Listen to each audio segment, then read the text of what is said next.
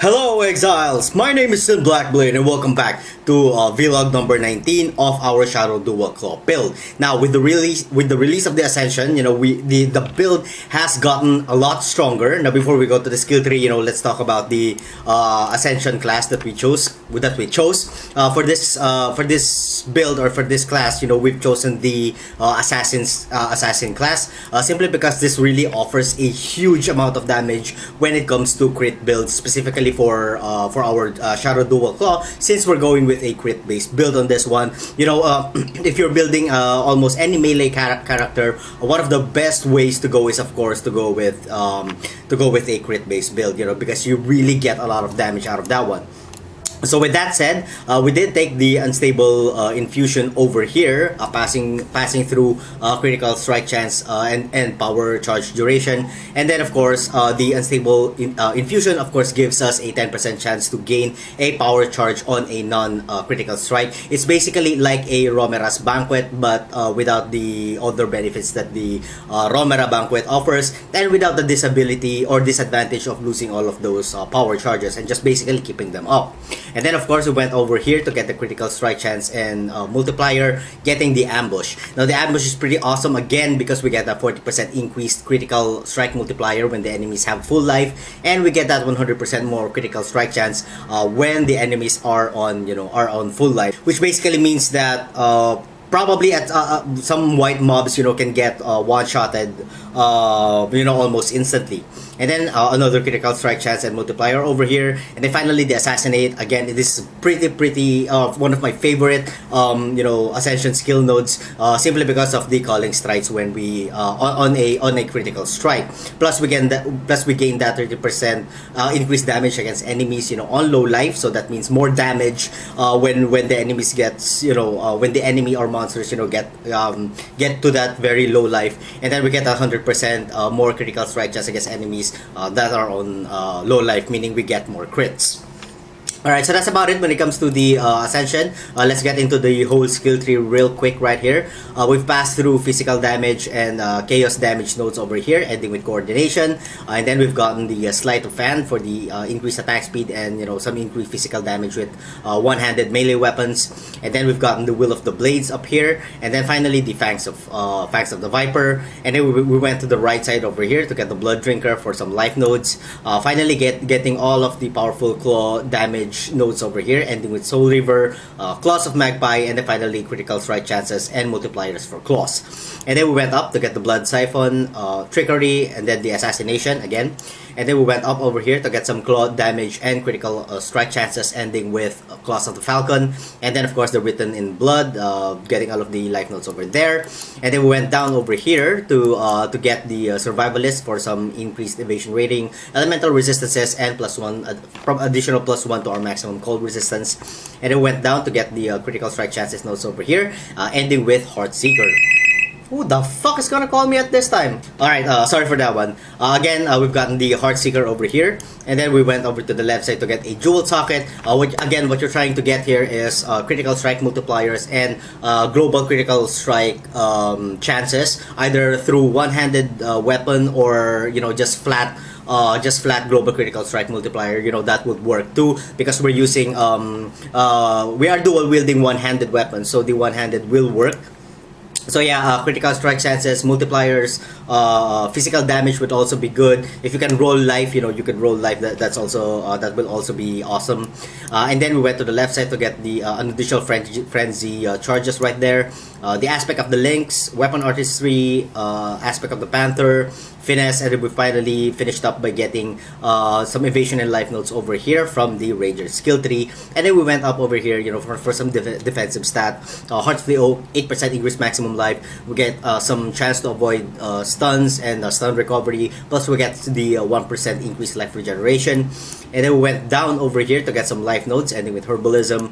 We went down over here towards the path up here to get some more life nodes, ending with Thick Skin. There is one more life node over there, which I will get once I level up again. We're at level 88, by the way. And then we went over here to get iron reflexes, and then over here again to get the golem's blood for some life nodes. We did get an additional jewel socket over here, critical strike multiplier while dual wielding. We are dual wielding, and then some mana, and then fire and cold resistances because I'm trying to cap out my resistances. And then we went up over here to get the dervish, art of the gladiator, and then finally bravery, and then the master of arena. Now since we're at level 88, again I'm going to complete the life over here. So that's at 89, and at 90 I don't really know where I'm going to go afterwards. Maybe I'm gonna try and get another jewel socket because I have a couple of jewel sockets that that could really help the build. Some critical strike chances and multipliers. And also probably get another jewel socket over here if I still level up. It's pretty hard to level up past 90. So yeah, another jewel socket over there, and then finally find some again critical chances and multipliers. Alrighty then, so let's get into our gear. What do we have to? What are we gonna use for weapons? We are going to be using the Bloodseeker. This is a really awesome weapon. You guys should absolutely have one of these, or not. You could have you could dual wield a claw, any claw at all. Just as long as the its DPS is above 200, that's you're already good with that one. And since this is a crit build, you might want to think about getting the critical strike chance to about above 6 and above 6 point something and above that'll be great. For gloves, we are going to be using the Malagar's Virtuosity. For our belt, any belt will do. Life resist or unique. Whatever you guys want to use in order to further increase your DPS or whatnot. You guys could absolutely use that. Life and resist for boots, and again we have a 60% increased critical strike chance if we haven't crit recently. This is an actually excellent role for a boots if you're going with enchanting through the labyrinth and all of that. If you could get this, get this. I believe that this could roll up to 90% depending on what difficulty. On merciless difficulty, I think it can roll up to the highest is 90%, I believe. So yeah, if you can get it to 90, get it to 90. With the Maligar's Virtuosity, what we have there is a cast Word of Frost on kill. I forgot to mention this on my last video yesterday, but yeah, that is awesome because when you kill any mob or any monster at all, you get that AOE of spike. I don't know if you've noticed that. Later you might want to pay attention. So yeah, that's a good AOE, I believe, and those projectiles can also crit. With my observation. So yeah, it's going to be awesome if you guys could roll that one. For rings, any ring will do. Life resist, as you can see, yeah, life and resist also here. And then as much as possible use an Onyx amulet, which will make your life much more easier because of the additional attributes to all of your stats. You won't be needing to get spend another point getting additional strength or additional intelligence, like these two, and allocate them somewhere else. So yeah, and then for a helm, of course, the rat's nest, and then there's an increased flammability duration over there. I haven't really haven't really researched what enchantments can you have on the helm, but yeah, this is my second one. The first one was a storm called lesser duration, I believe. So yeah, I'm still trying to re-roll some pretty good rolls that I could really use as a melee character.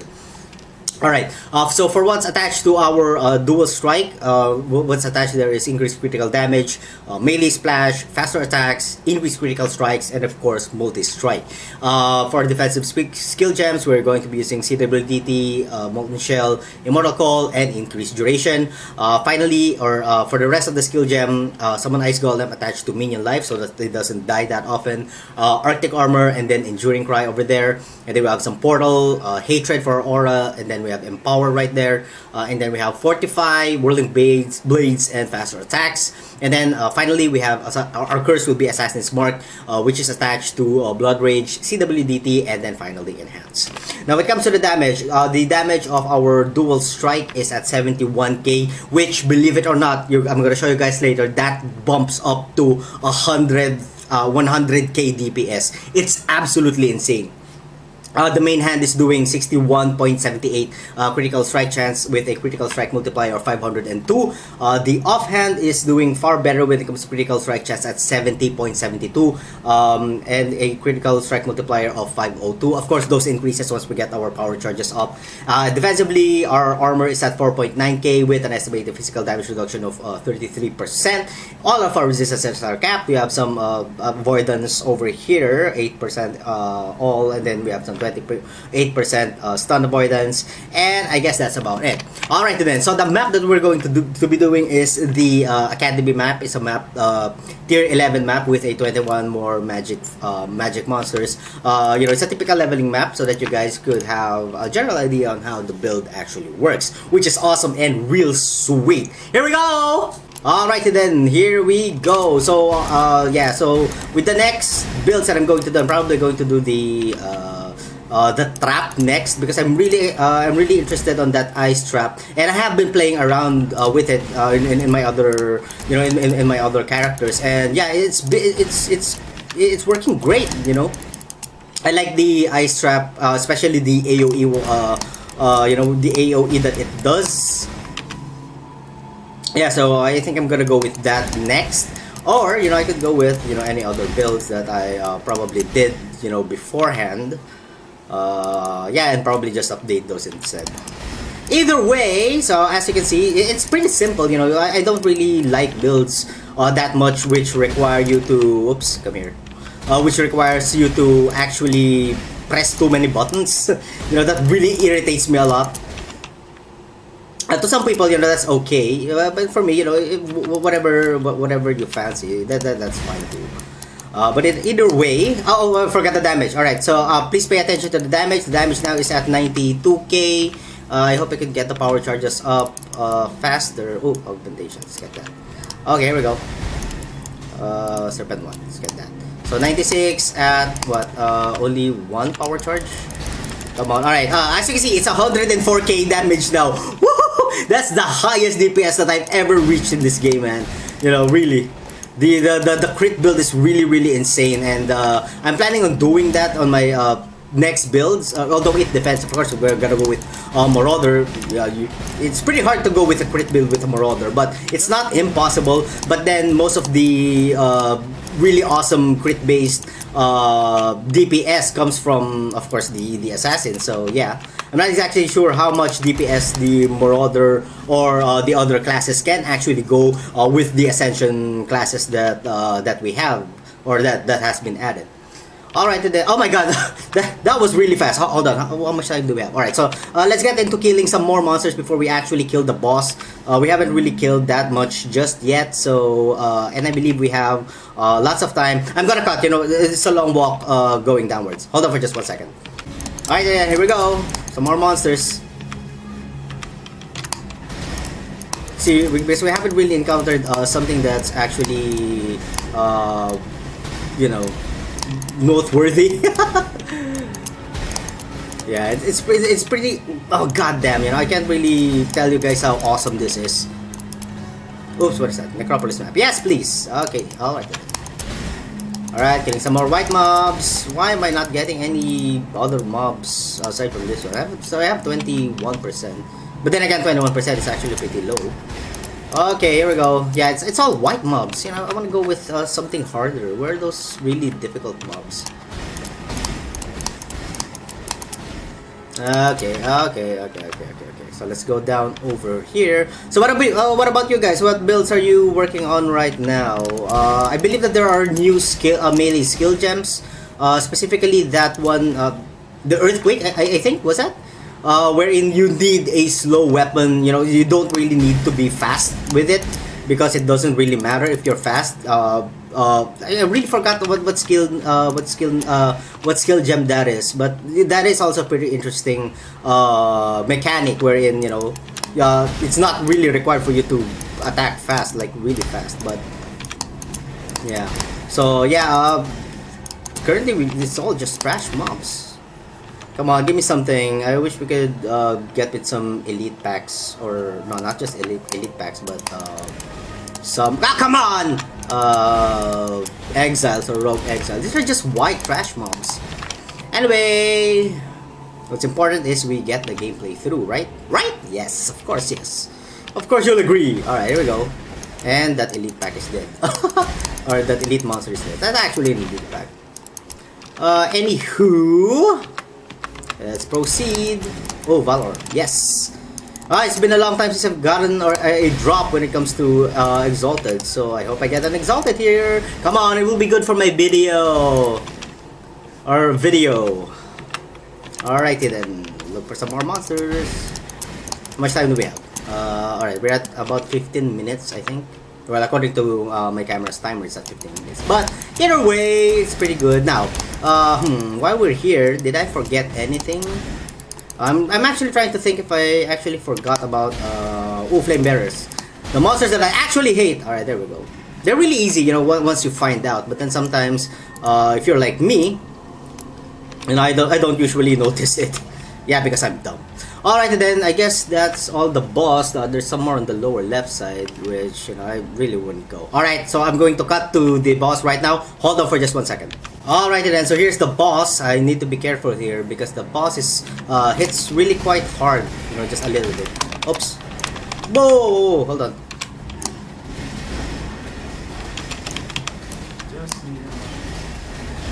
Okay.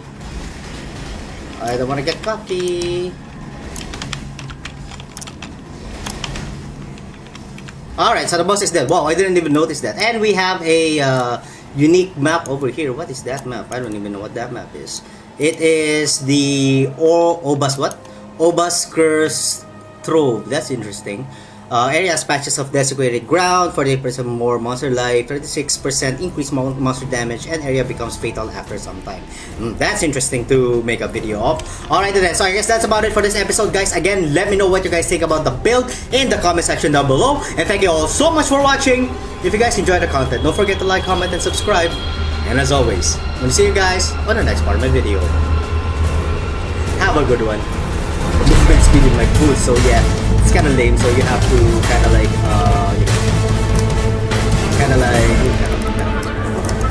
move around with the whirling blades. All right, here we go. And he's dead. Woohoo! Sorry.